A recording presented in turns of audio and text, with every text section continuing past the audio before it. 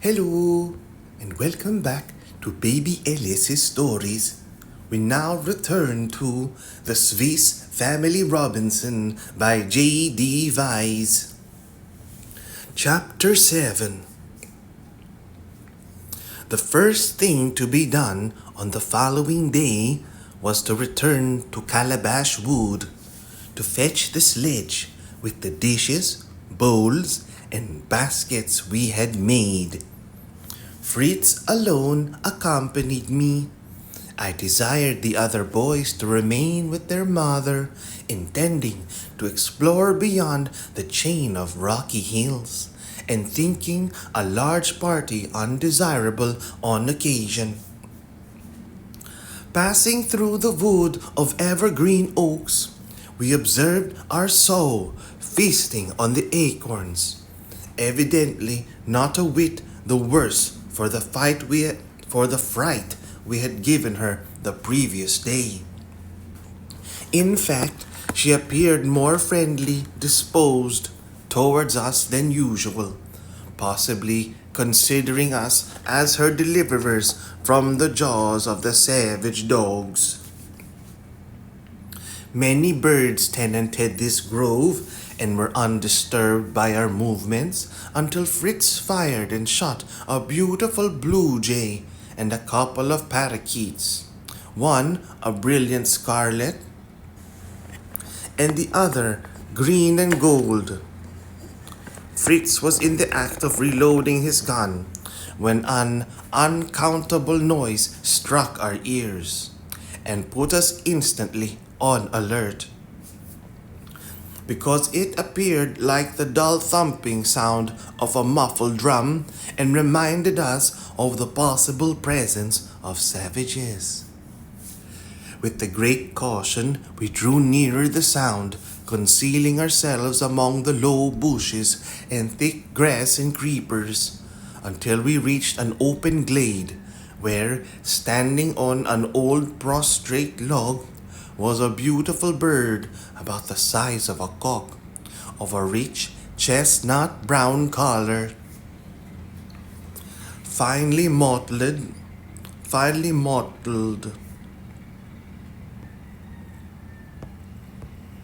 Mottled. finely mottled with dark brown and gray. On the shoulders were cautious tufts of velvety black feathers, glossed with green. He was ruffling his wings, erecting his tail and neck feathers, strutting and wheeling about in a most strange and stately fashion.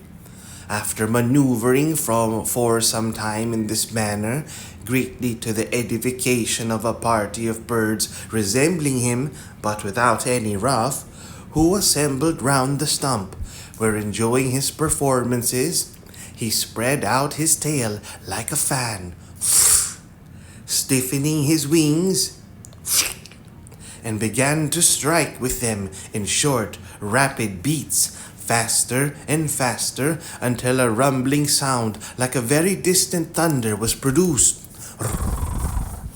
and the whirring wings enveloped him as in a cloud. This was the drumming noise which had alarmed us, increased, as I imagine, by the wing strokes falling at times on the decayed and hollow stump on which this curious pantomime was acted. I was watching it with the utmost interest when a shot from behind me was fired, and in a moment the play was at an end. My over-hasty son had charged the pretty comedy into a sad and needless. My over-hasty son had changed the pretty comedy into a sad and needless tragedy. The enthusiastic drummer fell dead from his perch, and the crowd of admiring companions fled in dismay. The cruel interruption of a scene so rare and remarkable annoyed me extremely, and I blamed Fritz for firing without my leave. I felt sure the bird was the ruffed grouse, and a very fine specimen. We placed it on the ass, which was patiently awaiting our return, and went on our way. The sledge was quite safe where we had left it. It was early in the day, and I resolved to explore as I had intended. The line of the cliff and rocky hills, which, at more or less distance from the seashore, extended the whole length of coast known or visible to us. I desired to discover an opening, if any existed, by which to separate the interior of the country, or to ascertain positively that we were walled in and isolated on this portion of the coast. Leaving Calabash Wood behind us, we advanced over ground covered with manioc, potatoes, and many plants unknown to us. Pleasant streamlets watered the fruitful soil, and the view on all sides was open and agreeable. Some bushes attracted my notice, loaded with small white berries of peculiar appearance like wax, and very sticky when plucked.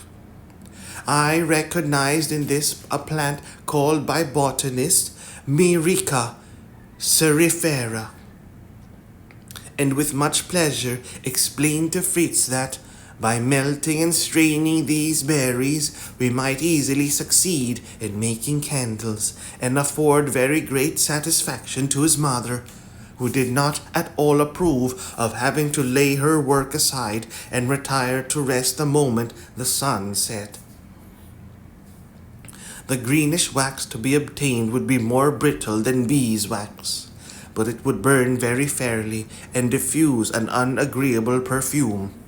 Having the ass with us, we lost no time in gathering berries enough to fill one of the large canvas bags he carried, and we then continued our route. Very soon we met with another natural curiosity, the curious appearance of which surprised us much. This was the abode, under one roof, of a whole colony of birds, about the size of yellowhammers, but of plain brown plumage. The nests were built in a mass round the stem and among the branches of a tree standing alone, and a kind of roof formed of grass, straws, and fibers covered them all, and sheltered the community from rain and the heat from sun. There were numbers of openings in the irregular sides of the group of dwellings, the nests resembling different apartments in a house common to all. Twigs and small branches emerged here and there from the walls and served as perches for the young birds, and resting places and posts of observation for all. The general appearance of the establishment reminded us of a huge bath sponge. The feathered inhabitants swarmed in and out by thousands, and we saw among them many beautiful little parrots, who seemed in many instances to contest possessions of the nest with the lawful owners.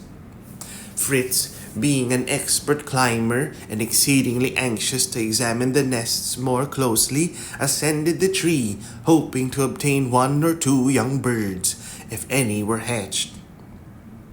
He put his hand into several holes, which were empty, but at last his intended theft and robbery met with repulse and chastisement he little expected, for, reaching far back into a nest, his finger was seized and sharply bitten by a very strong beak, so that with a cry he withdrew his hand, "Oh!" and shook it vigorously to lessen the pain. Recovering from the surprise, he again and more resolutely seized the unkind bird, and despite its shrieks and screams, drew it from its retreat, crammed it into his pocket, buttoned up his coat, and slid quickly to the ground, pursued by numbers of the captive's relations, who darted from the other holes and flew round the robber, screeching and pecking at him in rage. Fritz's prize was not one of the real owners of the nest, which were those of the sociable grosbeak, but a very pretty small green parrot, with which he was greatly pleased, and which he at once determined to tame and teach to speak. For the present it was carefully remanded to prison in his pocket. The curious colony of birds afforded us matter of conversation as we went on our way, their cheerful social habits and the instinct which prompted them to unite in labor for the common good appearing most wonderful to us. Examples of the kind, however, said I, are numerous in various classes of animals. Beavers, for instance, building and live together in a very remarkable way. Among insects, bees, wasps, and ants are well known as social architects. In like manner, the coral insect works wonders beneath the ocean waves by force of perseverance and united effort. I have often watched ants at work, said Fritz. It is most amusing to see how they carry on the various works and duties of their commonwealth. Have you ever noticed how much trouble they take with the eggs? Inquired I, to see how far he understood the process. Carrying them about in the warmth of the sun until they are hatched? Ah, that is rather the chrysalis of the antworm or larva, which is produced from an egg. I know they are called ants' eggs, but strictly speaking, that is incorrect. You are perfectly right, my boy.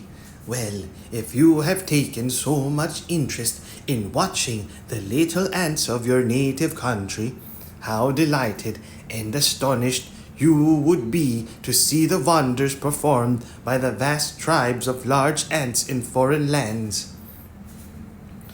Some of these build heaps or nests 4 or 6 feet high and appropriately broad, which are so strong and firm that they defy equally sunshine and rain.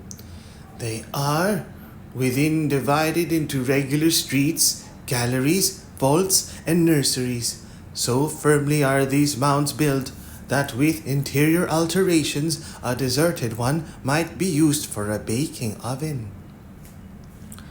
The ant, although respected since the days of King Solomon, are a model of industry. It is not in itself an attractive insect. It exudes a sticky moisture, its smell is unpleasant, and it destroys and devours whatever eatable comes in its way. Although, in our country, it does little harm, the large ants of foreign lands are most destructive and troublesome, it being very difficult to check their depredations. Fortunately, they have enemies by whose exertions their numbers are kept down. Birds, other insects, and even 4-footed beasts prey upon them. Chief among the latter is the anteater, or tamanor.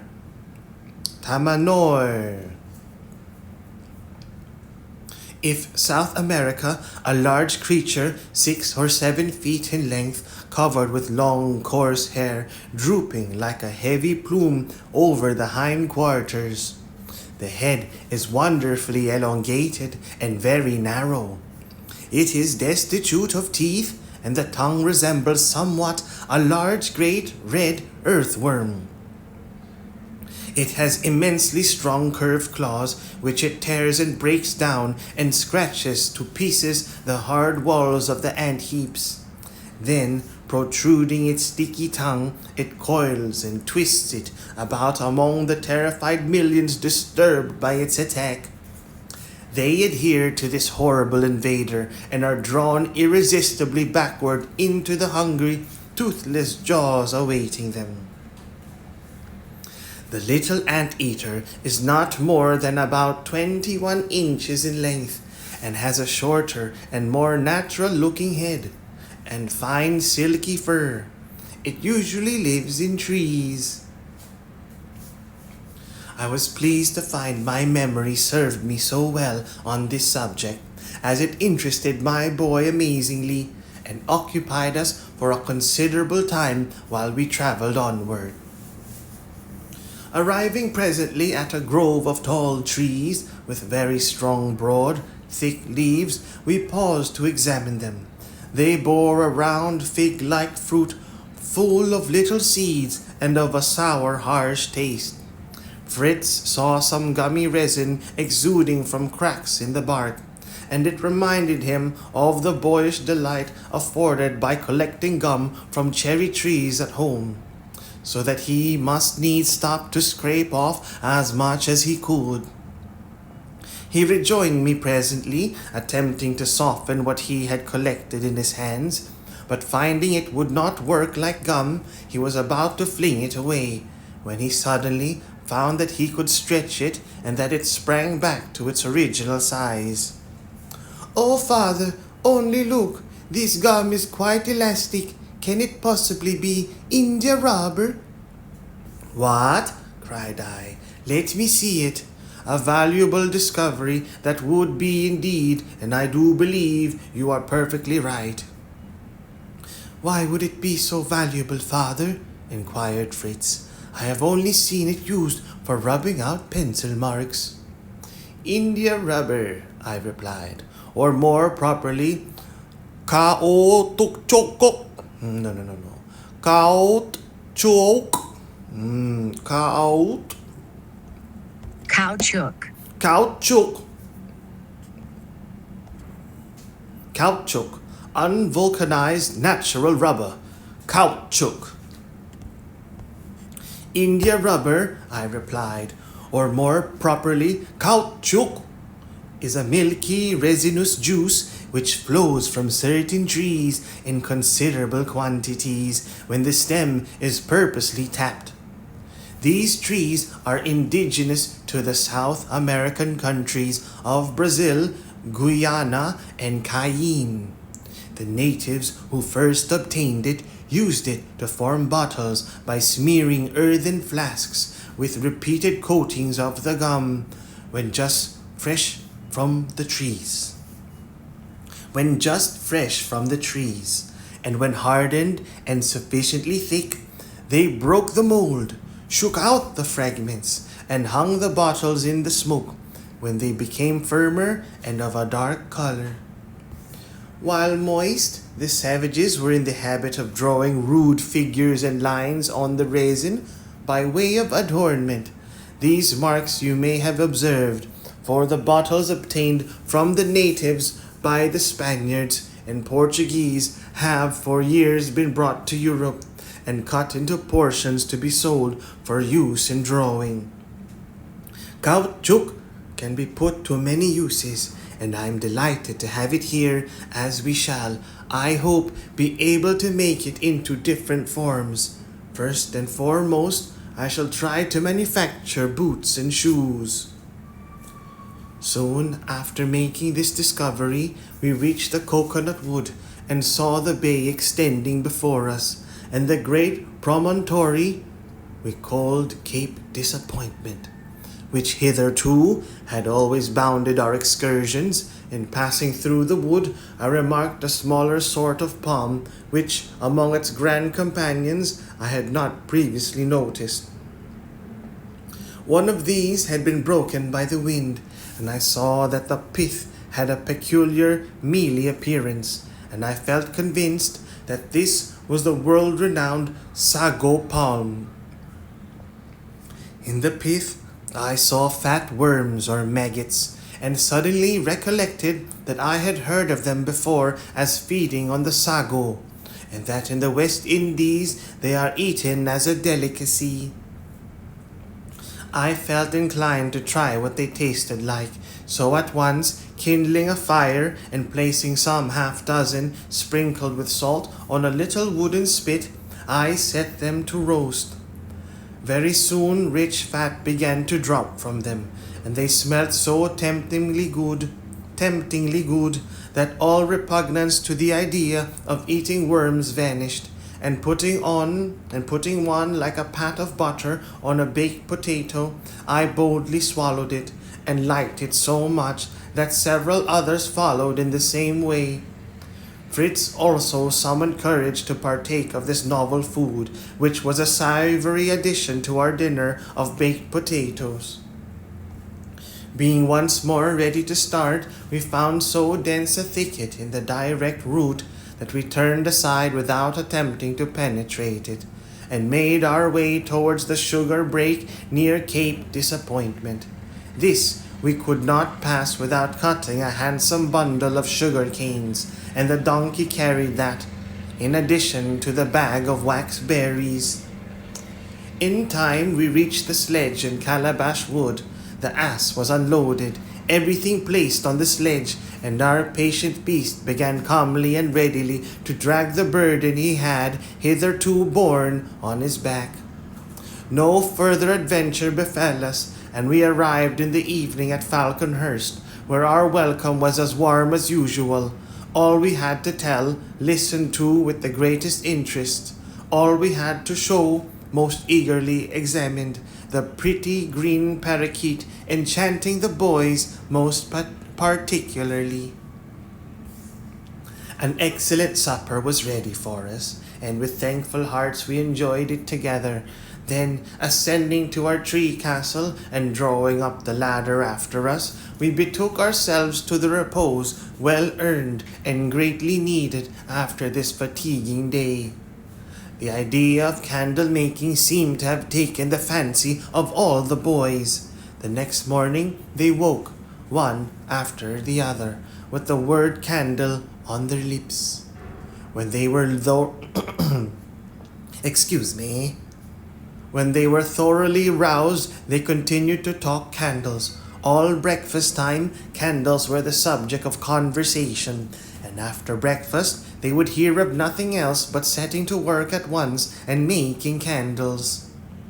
"So be it," said I. "Let us become chandlers." "So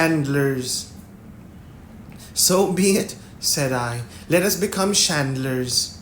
I spoke confidently, but to tell the truth, I had in my own mind certain misgivings as to the result of our experiment. In the first place, I knew that we lacked a very important ingredient, animal fat, which is necessary to make candles burn for any length of time with brilliancy. Besides this, I rather doubted how far my memory would recall the various operations necessary in the manufacture. Of all this, however, I said nothing, and the boys, under my direction, were soon at work. We first picked off the berries and threw them into a large, shallow iron vessel placed on the fire. The green, sweet, scented wax was rapidly melted, rising to the surface of the juice yielded by the berries. This we skimmed off and placed in a separate pot by the fire, ready for use, repeating the operation several times until we had collected sufficient liquid wax for our purpose. I then took the wicks my wife had prepared and dipped them one after the other into the wax, handling them as I did so to Fritz, who hung them up on a bush to dry. The coating they thus obtained was not very thick, but by repeating the operation several times, they at length assumed very fair proportions and became really sturdy candles. Our wax being at an end, we hung these in a cool, shady place to harden, and at that same night, we sat up like civilized beings 3 whole hours after sunset, and Falconhurst was for the first time brilliantly illuminated. We were all delighted with the success of our experiment. "You are indeed clever," said my wife. "I only wish that with your ingenuity you would show me how to make butter. Day after day, I have the annoyance of seeing a large supply of good cream go bad under my very eyes, simply because I have no use to which to put it. Invent a plan, please do. I think that perhaps I can help you, I replied after a little consideration. Not that I can claim the honor of the invention of my plan. That is due to the Hottentots. I will see what I can do. Jack, bring me one of our gourd bottles.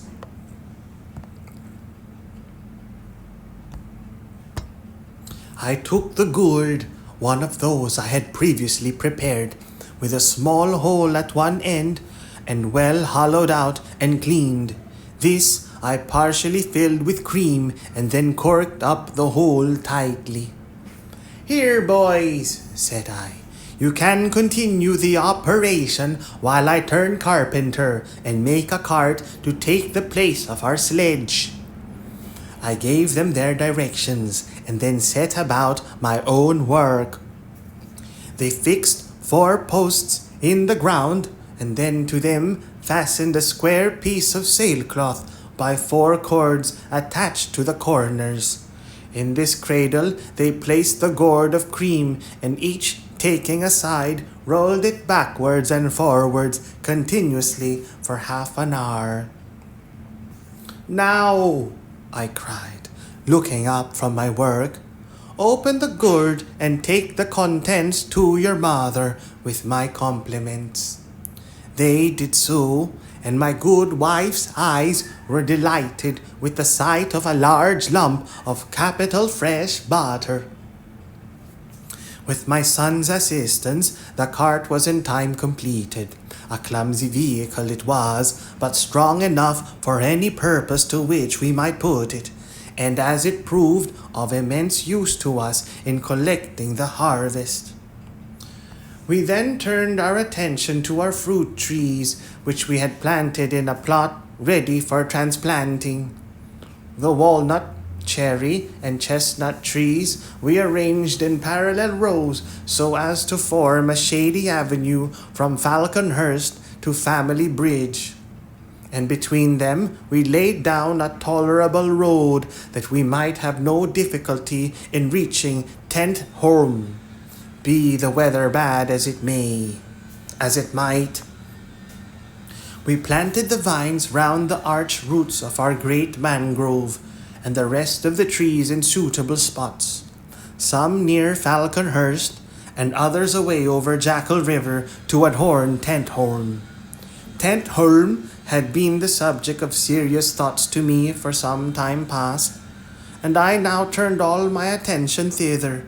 It was not my ambition to make it beautiful, but to form of it a safe place of refuge in a case of emergency.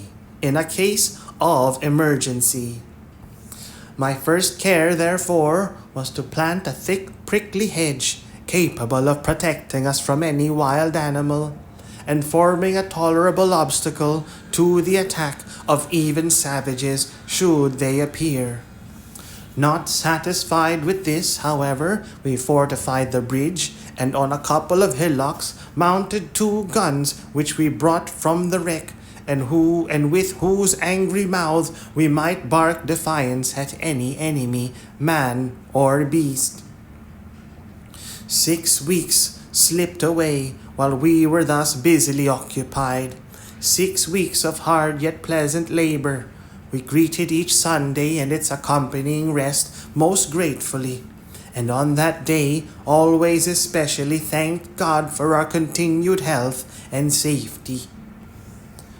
I soon saw that this hard work was developing in the boys' remarkable strength, and this I encouraged by making them practice running, leaping, climbing, and swimming. I also saw, however, that it was having a less satisfactory effect upon their clothes, which, though a short time before remarkably neat, were now, in spite of mending and patching, most untidy and disreputable. I determined, therefore, to pay another visit to the wreck, to replenish our wardrobe, and to see how much longer the vessel was likely to hold together. 3 of the boys and I went off in the pinnace. The old ship seemed in much the same condition as when we had left her. A few more planks had gone, but that was all.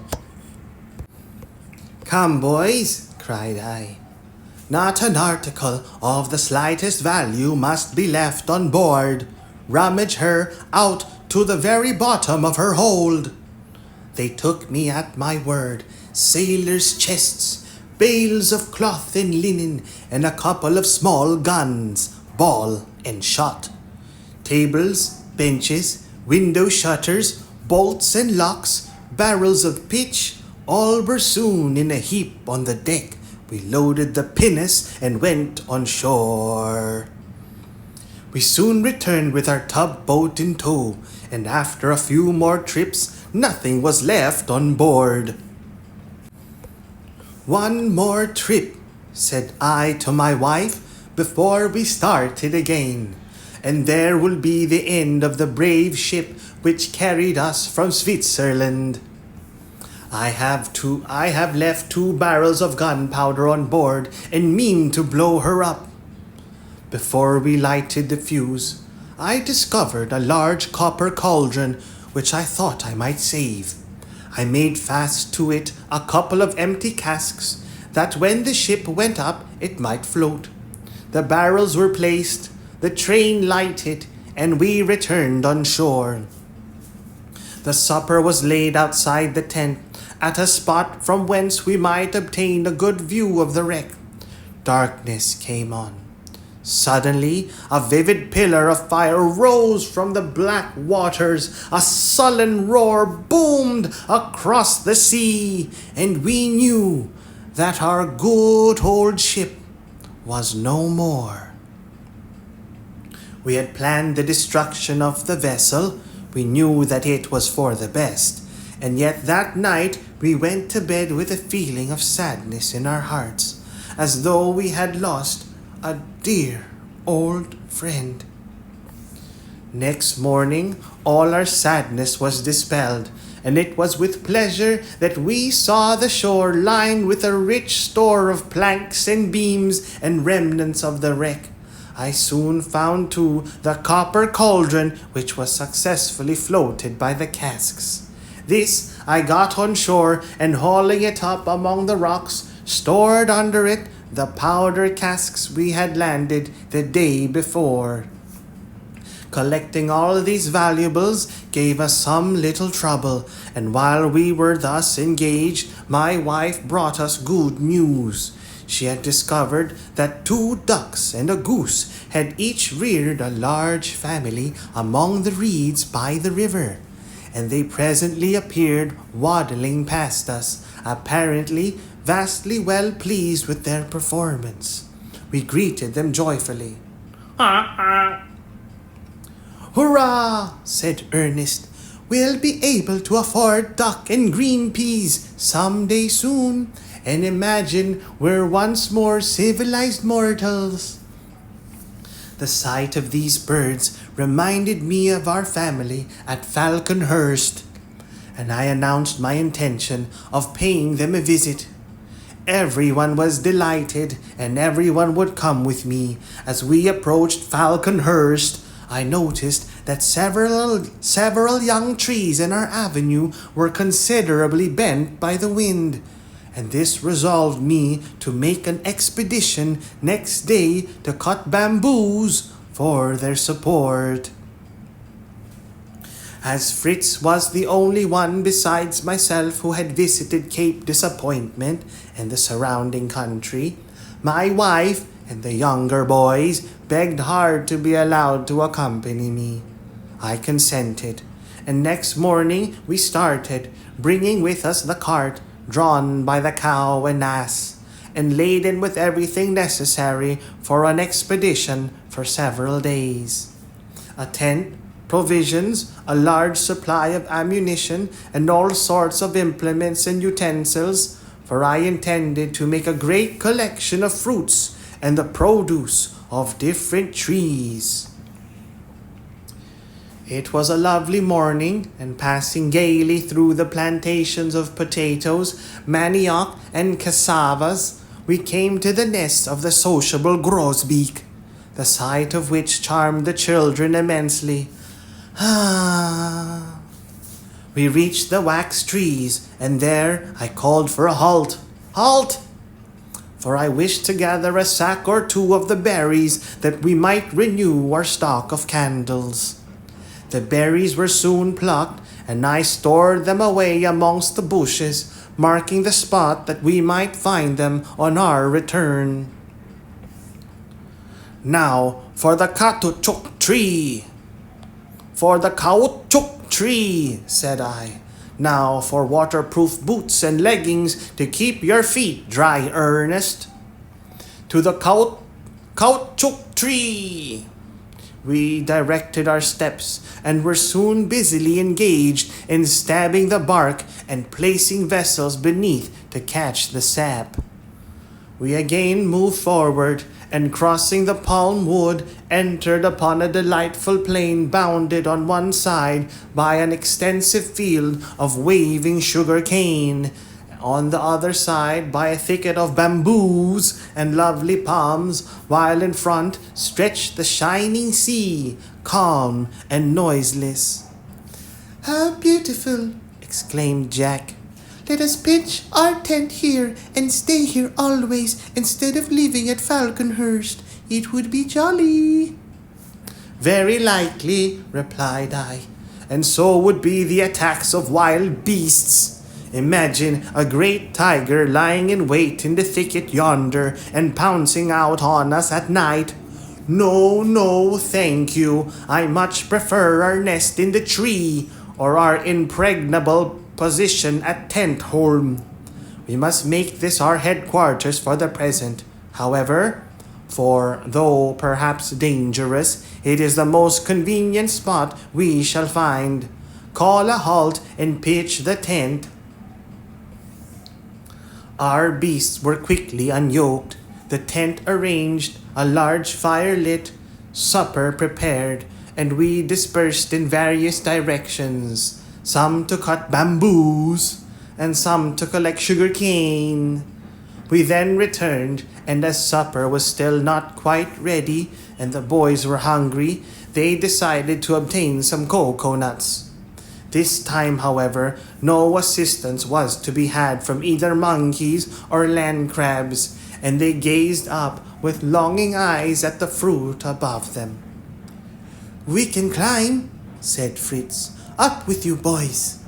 Jack and he each rushed at one of the smooth, slippery trunks. Right vigorously they struggled upwards, but to no purpose. Before they had accomplished 1/4 of the distance, they found themselves slipping rapidly to the ground. "Here, you young athletes," cried I. "I foresaw this difficulty and have provided for it." So saying, I held up buskins of shark skin which I had previously prepared, and which I now bound to their legs. Thus equipped, they again attempted the ascent, and with a loop of rope passed round their body, and the trunk of the tree quickly reached the summit. My wife joined me, and together we watched the boys as they ascended tree after tree, throwing down the best fruit from each. They then returned and jestingly begged Ernest to produce the result of his labor. The professor had been lying on the grass gazing at the palms, but on this sarcastic remark he sprang to his feet.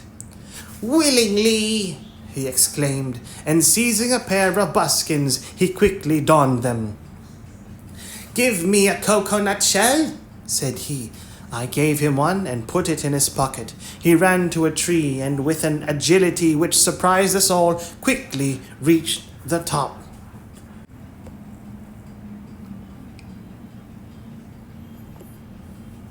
No sooner had he done so than Fritz and Jack burst into a roar of laughter.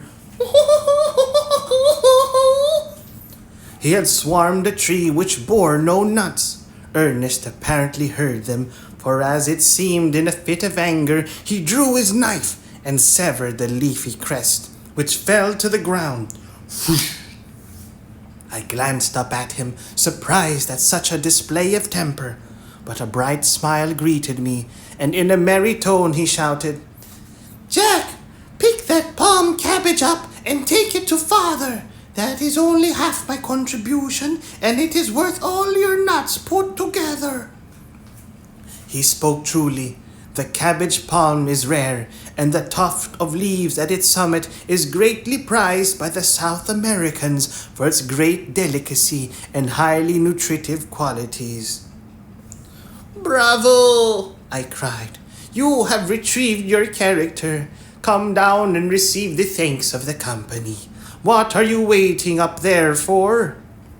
"I am coming presently," he replied, "with the second half of my contribution. I hope it will be as fully appreciated as the first." In a short time, he slipped down the tree and, advancing to his mother, presented her with the nutshell he had taken up with him. "Here," he said, "is a wine which the greatest connoisseurs would prize. Taste it, mother." The shell was filled with a clear rosy liquor, bright and sparkling. My wife tasted it. "Excellent, excellent," she exclaimed. "Your very good health, my dear boy." We drank the rosy wine in turn, and Ernest received hearty thanks from all. It was getting late, and while we were enjoying our supper before our tent, our donkey, who had been quietly browsing near us, suddenly set up a loud bray, and without the least apparent cause, pricked up his ears, threw up his heels, and galloped off into the thicket of the bamboos. "Hee-haw! Hee-haw!"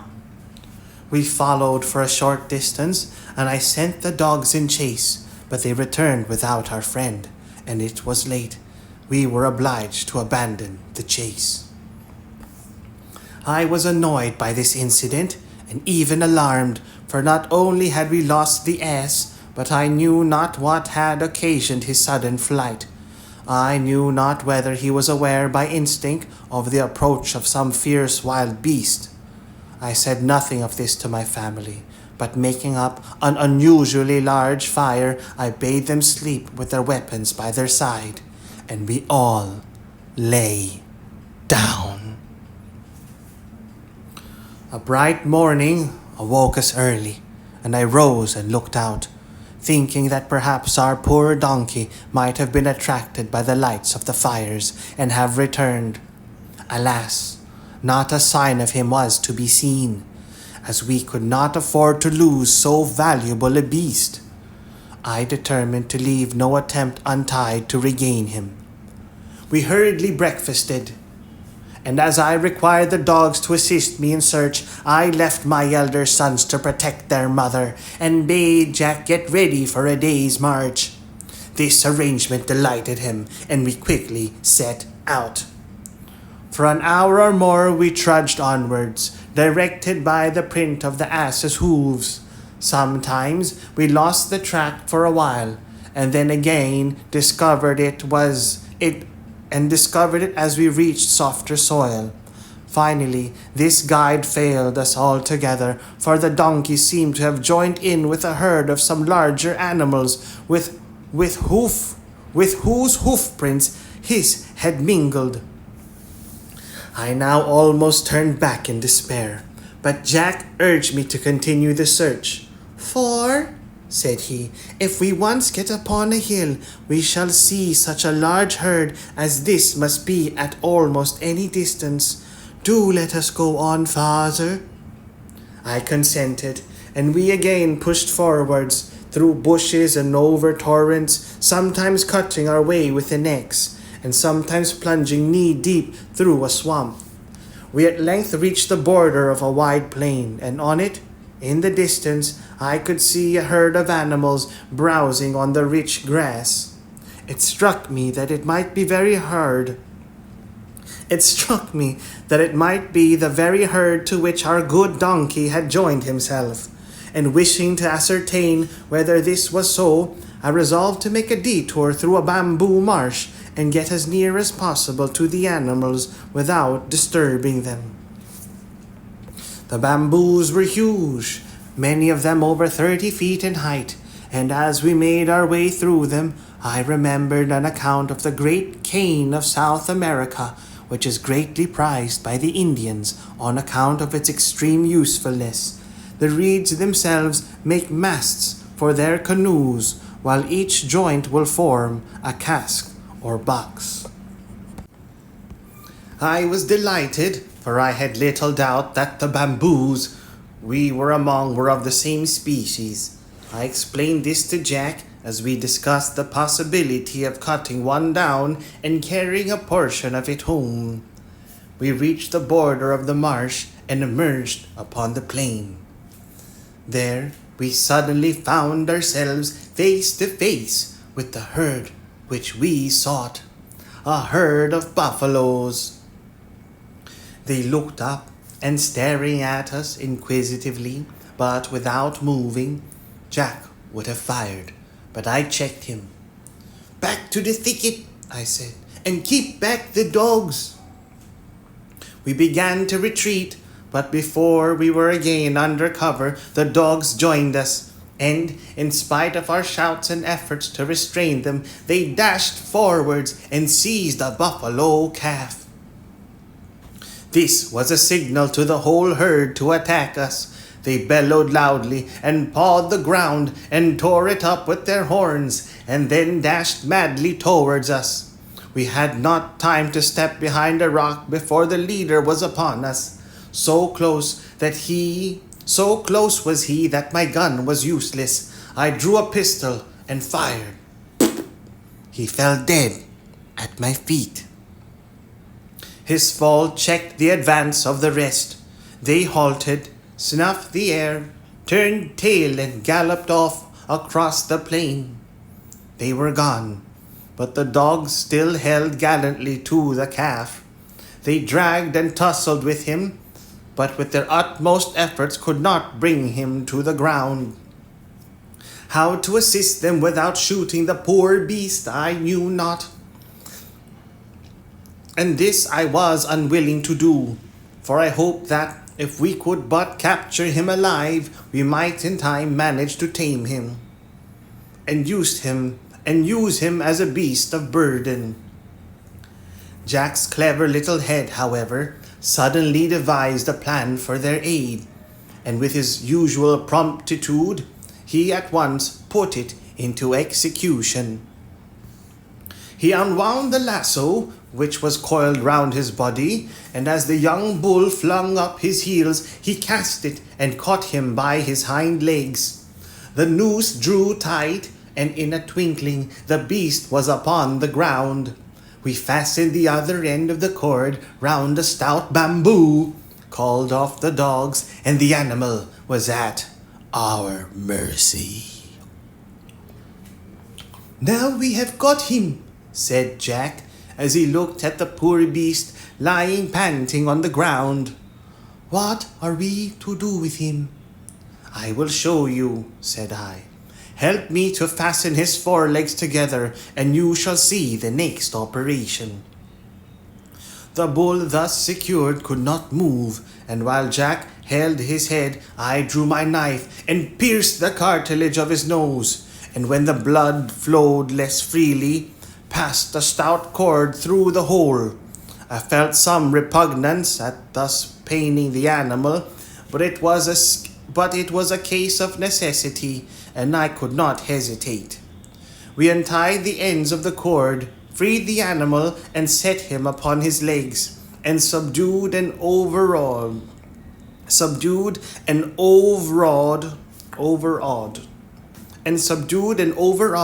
he followed us without resistance. I now turned my attention to the dead buffalo, but as I could not then skin it, I contented myself with cutting off the most delicate parts, its tongue and a couple of steaks, and packing them in salt in my wallet, abandoned the rest to the dogs. They fell upon it greedily, and we retired under the shade to enjoy a meal after our hard work. The dogs, however, were not to have undisputed possession of the carcass. Vultures, crows, and other birds of prey, with that marvelous instinct which always leads them to a dead body, quickly filled the air, and with discordant cries whooped down upon the buffalo. An amusing contest ensued. The dogs again and again drove off the intruders, and they as often returned reinforced by others who swarmed to the spot. Jack, with his usual impetuosity, wished to send a shot in amongst the robber band, but I prevented him, for I knew that the bird or two he might kill would be of no use to us, while his shot would not drive away the rest, even had we wished it. Both we and the dogs were at length satisfied, and as it was getting late, I determined to give up for the present the search for the ass, and to return to our camp. We again made our way through the bamboos, but before we left the thicket, I cut down one of the smallest of the reeds, the largest of whose joints would form capital little barrels, while those near the tapering top would serve as molds for our next batch of candles.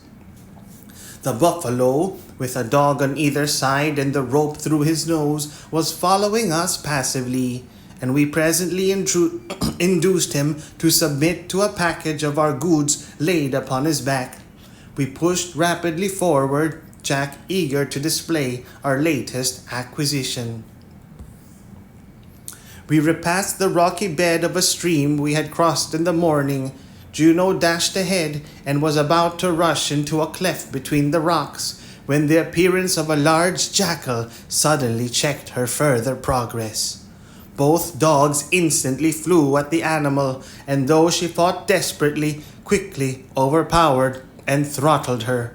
From the way the beast had shown fight, I concluded that her young must be close by, probably within the very cleft Juno was about to enter.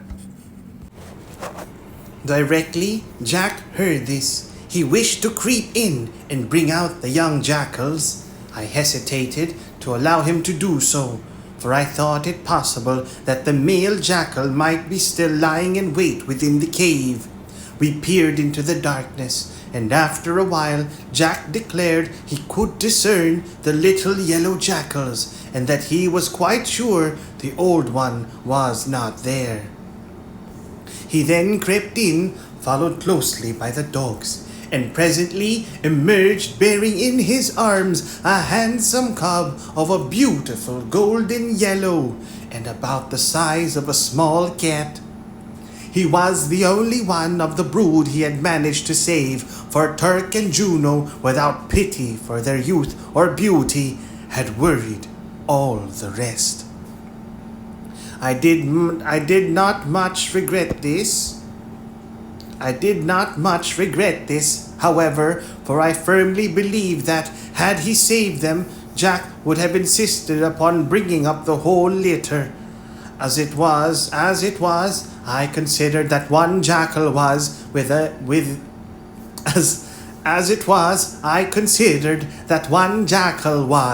with our young bull quite sufficient an addition to our livestock. During the halt we had made, I had fastened the buffalo to a small tree, and as I now was again about to move on, I recognized it as the dwarf palm, whose long sharp leaves form an excellent barrier if it is planted as a hedge. I determined to return and get some young plants to strengthen our hedge at Tentholm. It was late before we reached our camp, where we found our family anxiously awaiting our return. The sight of the new animals delighted the children immensely, and in their opinion amply compensated for the loss of our poor donkey. Jack had to answer a host of questions concerning their capture, and to give a minute account of the affray with the buffaloes. This he did with graphic power certainly, but with so much boasting and self-glorification that I was obliged to check him and give a plain and unvarnished account of the affair. Supper time arrived, and as we sat at the meal for which Jack and I were heartily thankful, my wife and her party proceeded to give an account of their day's work. Ernest had discovered a sago palm and had, after much labor, contrived to fell it.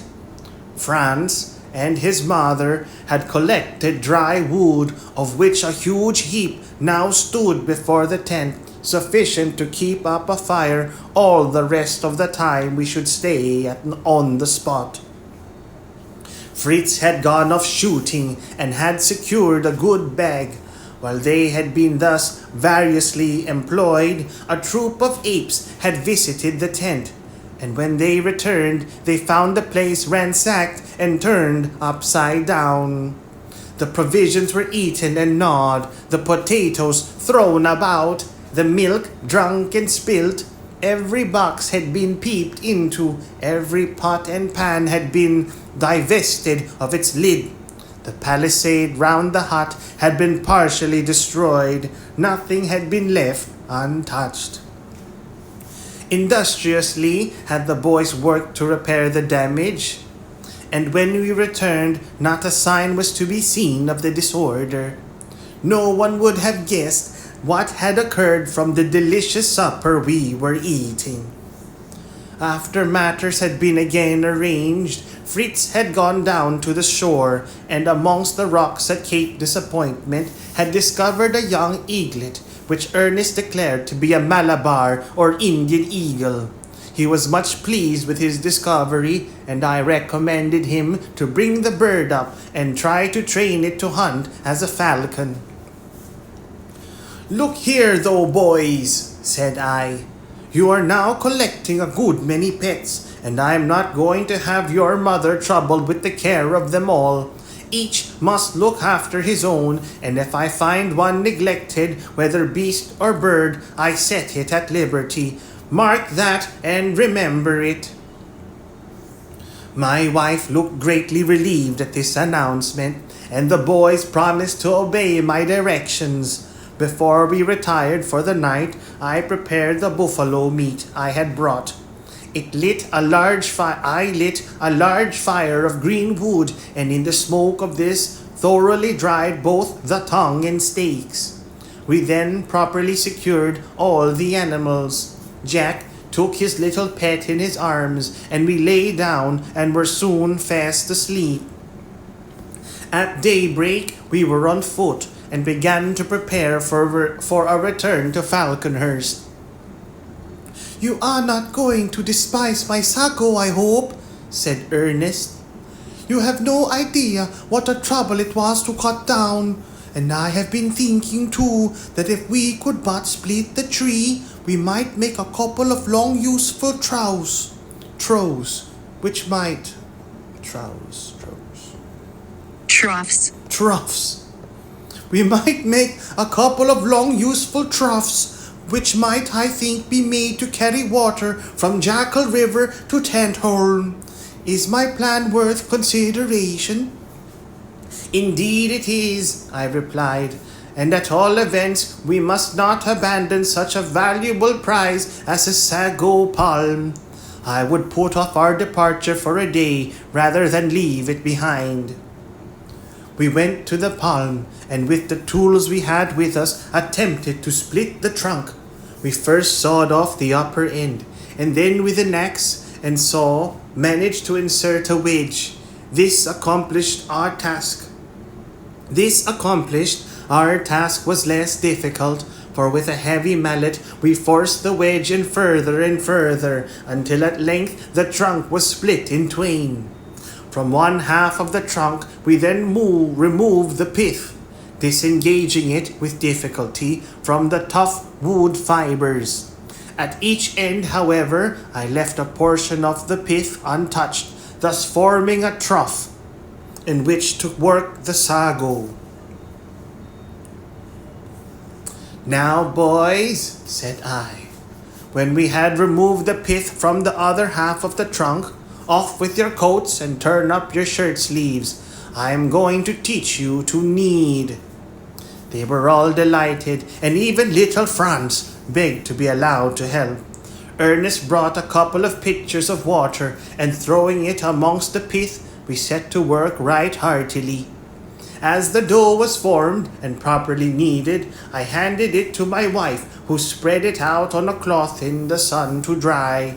This new occupation kept us busy until the evening, and when it was at length completed, we loaded the cart with the sago, a store of coconuts, and our other possessions, that we might be ready to start early on the following morning. As the sun rose above the horizon, we packed up our tent and set forth, a goodly caravan. I thought it unfair to the cow to make her drag such a load as we now had alone, and determined, if possible, to make the young buffalo take the place of our lost donkey. After some persuasion, he consented, and soon put his strength to the work and brought the cart along famously. As we had the trough slung under the cart, we had to choose the clearest possible route, avoiding anything like a thicket. We, therefore, could not pass directly by the candleberry and caoutchouc trees, and I sent Ernest and Jack aside to visit the store we had made on our outward journey. They had not long been gone when I was alarmed by a most terrible noise, accompanied by the furious barking of the dog and shouts from Jack and Ernest.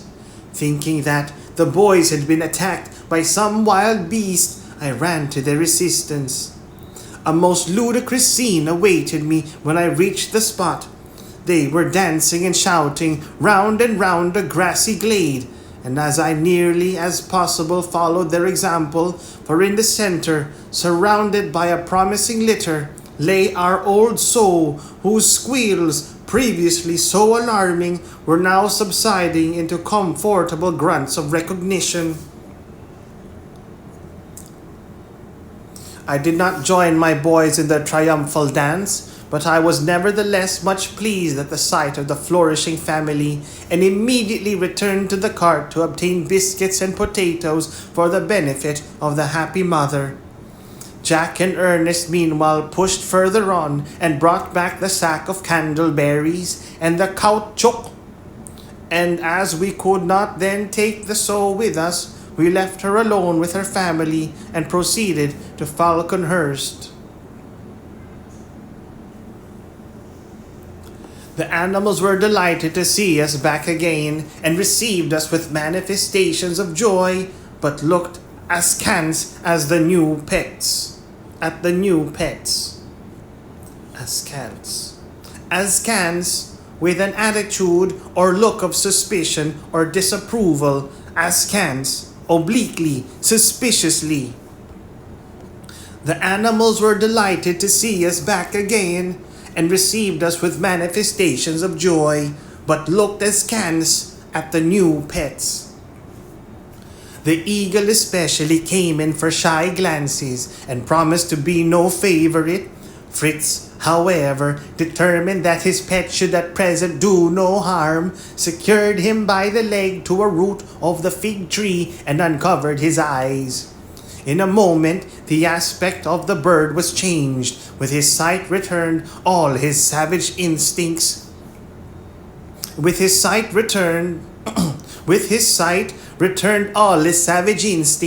He flapped his wings, raised his head, darted to the full length of his chain, and before anyone could prevent him, seized the unfortunate parrot which stood near and tore it to pieces. Fritz's anger rose at sight, and he was about to put an end to the savage bird. "Stop," said Ernest. "Don't kill the poor creature. He is but following his natural instincts. Give him to me, and I will tame him." Fritz hesitated. No, he said. I don't want really to kill the bird, but I can't give him up. Tell me how to tame him, and you shall have Master Nips. Very well, replied Ernest. I will tell you my plan, and if it succeeds, I will accept Nips as a mark of your gratitude. Take a pipe and tobacco, and send the smoke all round his head, so that he must inhale it. By degrees he will become stupefied, and his savage nature from that moment subdued.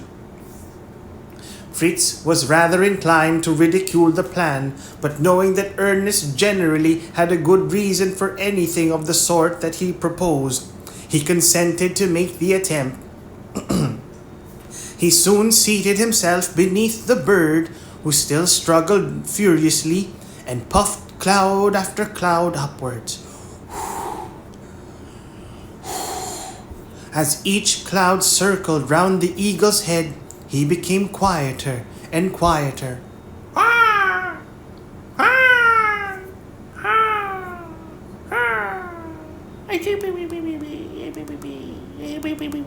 Until he sat quite still, gazing stupidly at the young smoker.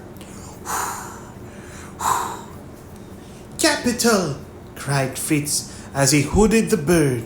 Capital, Ernest! Nips is yours!